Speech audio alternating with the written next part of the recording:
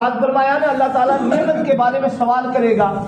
قرآن پاک میں جگہ جگہ پہ ارشاد گرامی موجود ہے۔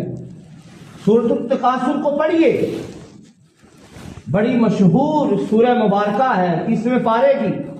اس میں اللہ تعالیٰ نے ارشاد فرمایا، ذرا اس کو کھولیے، اس کا ترجمہ تو پڑھیے۔ الہاکم التکاثر حتی زرتم المقابر۔ اللہ تعالیٰ جناب انسان کو مخاطب ہو کے ارشاد فرماتے ہیں، الہاکم التکاثر، اے انسان، اے غافل انسان، تو پوری عمر مال کو جمع کرتا ہے، مال کے پیچھے بھاگتا ہے، مال مال کرتا رہتا ہے، حتی زرتم المقابر، یہاں تک کہ قبر تک پہنچ جاتا ہے۔ الہاکم التکاثر حتی زرتم المقابر کلا سوف تعلمون، فرمایا ان قریب تو حقیقت کو جان لے گا۔ ثم کلا سوف تعلمون کلا لو تعلمون علم الیقین لترون الجحیم ثم لترونها عین الیقین۔ اور اس کی آخری آیت کریمہ ثم لتسألن یومئذ عن النعیم۔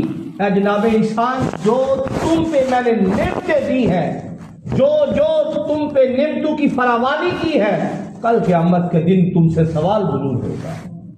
ثم لتسألن یومئذ عن النعیم۔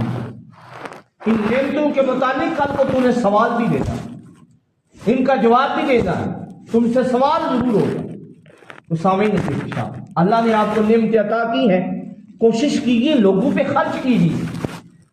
حضور صلی اللہ علیہ وآلہ وسلم کی حدیث مبارکہ ہے، آقا صلی اللہ علیہ وآلہ وسلم نے ارشاد فرمایا کہ قیامت کے دن ایک بندے کو لایا جائے گا اور وہ اس قدر ذلیل و رسوا ہوگا، وہ اس کی حالت یہ ہوگی، وہ بھیڑ کے بچے کی طرح کھڑا ہوگا، بھیڑ کے بچے کی طرح کھڑا ہوگا، اس طرح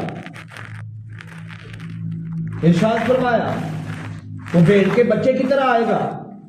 اللہ تعالیٰ اس سے سوال کریں گے، اے میرے بندے، میں نے تم پہ نعمتوں کی فراوانی کی، میں نے تمہیں مال عطا کیا تھا، میں نے تمہیں محل دیا تھا، میں نے تم پہ نعمتیں ہی نعمتیں نچھاور کی تھی، تو بتا تو نے وہ نعمتیں کتنی اللہ کی راہ میں خرچ کی ہیں، کتنی نعمتیں اللہ کی راہ میں خرچ کی ہیں۔